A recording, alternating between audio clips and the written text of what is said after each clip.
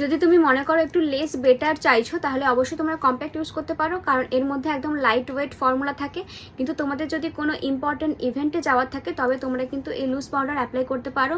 তোমাদের any day কিন্তু পুরো একদম ফ্রেশ এবং একটা বেটার লুক অ্যাচিভ করতে সাহায্য করবে এই loose powder. Compact powder carry করা বা ইউজ করা খুব সহজ, কিন্তু তোমরা যদি একটা ভালো রেজাল্ট চাইছো বা ভালো ফিনিশিং চাইছো তাহলে অবশ্যই কিন্তু তোমরা লুজ পাউডার ইউজ করতে পারো।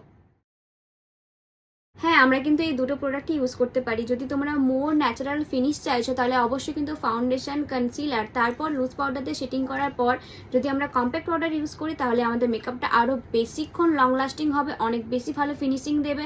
তোমাদের যে মেকআপের যে রেজাল্টটা সেটা খুব ভালোভাবে আসবে। সবশেষে এই বলবো, প্রত্যেকটা প্রোডাক্টের আলাদা আলাদা রোল থাকে। কম্প্যাক্ট পাউডারের আলাদা কাজ এবং লুজ পাউডারের আলাদা কাজ হয়, কিন্তু তোমরা যদি একটা পারফেক্ট লুক পেতে চাও তাহলে অবশ্যই তোমরা এই দুটো ইউজ করতে পারো।